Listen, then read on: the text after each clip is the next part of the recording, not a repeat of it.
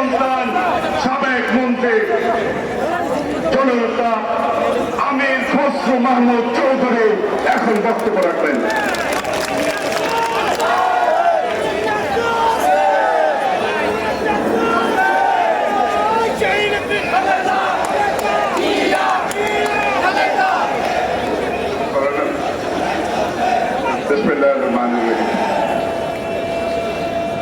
আজকে এই বিশাল জনসভা সংগ্রামী সভাপতি জননেতা মির্জা আব্বাস, প্রধান অতিথি সৎ স্বচ্ছ সংগ্রামী জননেতা মির্জা ফখরুল ইসলাম আলমগীর, জাতীয় নেতৃবৃন্দ, স্লোগান লাগবে জাতীয় নেতৃবৃন্দ, উপস্থিত সংগ্রামী ভাই বোনেরা, সালাম আলাইকুম। একটু স্লোগানটা বন্ধ করো। বন্ধুগণ,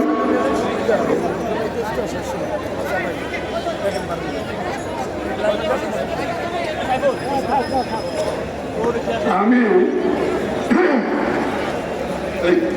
কিছুদিন আগে আফ্রিকান আমেরিকান এর একটা মিউজিয়ামে গিয়েছিলাম। ওই মিউজিয়ামের বাইরে একটা বড় স্লোগান লেখা আছে, সেটা হচ্ছে when injustice become law, resistance become a duty। অর্থাৎ যখন অন্যায় আইনে পরিণত হয়, প্রতিরোধ কর্তব্য হিসাবে পরিণত হয়। বাংলাদেশে আইনের শাসন আছে?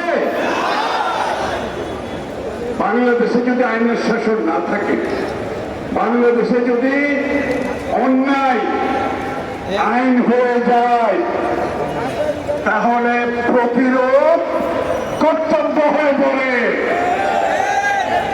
ঠিক আছে? এটা হচ্ছে মূল কথা।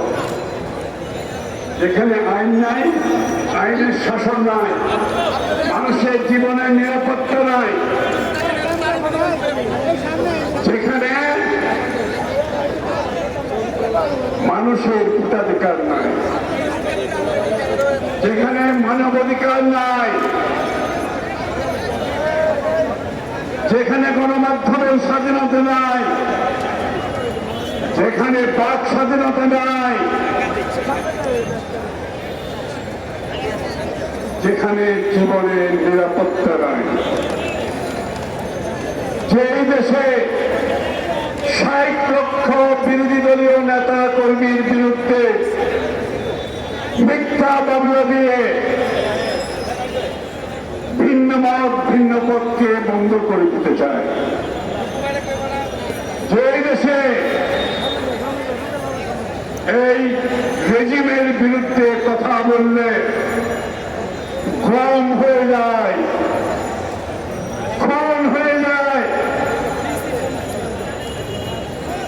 পুলিশের হেফাজতে মৃত্যুবরণ করতে হয়,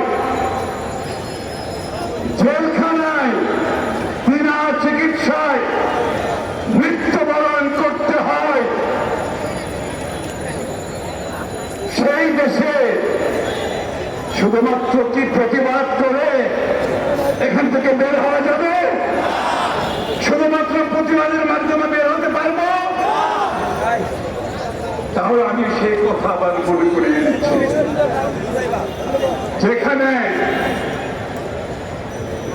অন্যায় আইনে পরিণত হয়, সেখানে প্রতিরোধ কর্তব্য হিসাবে মেনে নিতে হবে। কেন বেগম খালেদা জিয়া আজকে জেলের মধ্যে আছে? কেন দেশনেত্রী গণতন্ত্রের মাঠ জেলের মধ্যে আছে সেটা কি কারো অজানা? ভোট চুরি করে জনগণকে বাইরে রেখে সরকারি কর্মকর্তাদের সুবিধা দিয়ে লুটপাট দুর্নীতির সুযোগ দিয়ে ভোট চুরি করে ক্ষমতা দখল করতে হবে। বাংলাদেশের মানুষের সকল অধিকার কেড়ে নিতে হবে, বাক স্বাধীনতা কেড়ে নিতে হবে, গণতন্ত্রের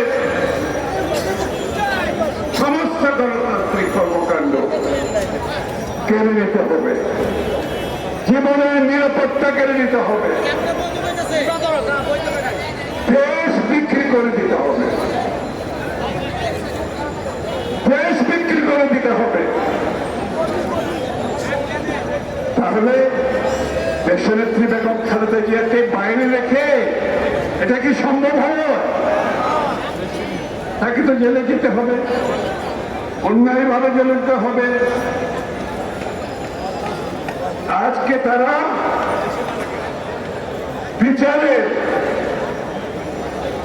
একটা মানুষ, একটি দেশের নাগরিক, তার যে বিচারের অধিকার সবকিছু একটা একটা করে লঙ্ঘন করছে। আমি যদি বলি আপনাদের একটা উদাহরণ হিসাবে, জাতিসংঘের যে মানবাধিকার ঘোষণা করেছে, আন্তর্জাতিক মানবাধিকার ঘোষণা, সেখানে আর্টিকেল 11-এ পরিষ্কার ভাবে বলা আছে বিচারের বেলায় কেউ যদি কারো অজান্তে যদি কোনো কিছু ঘটে থাকে তাকে দণ্ডপ্রাপ্ত কোনো বিচার করা যাবে না, তার বিরুদ্ধে দণ্ডপ্রাপ্ত কোনো বিচার হতে পারে না। বাংলাদেশের সংবিধানে পরিষ্কার ভাবে বলা আছে আমাদের বিচারের অধিকারের কথা তারা লঙ্ঘন করছে। বাংলাদেশের আইনে আছে বিচারের কথা, তারা লঙ্ঘন করছে। বন্ধুগণ, আমি বক্তব্য শেষ করছি। বৃষ্টি যে কোনো সময় আসবে, আমাদের আরো প্রয়োজনীয় বক্তারা আছে।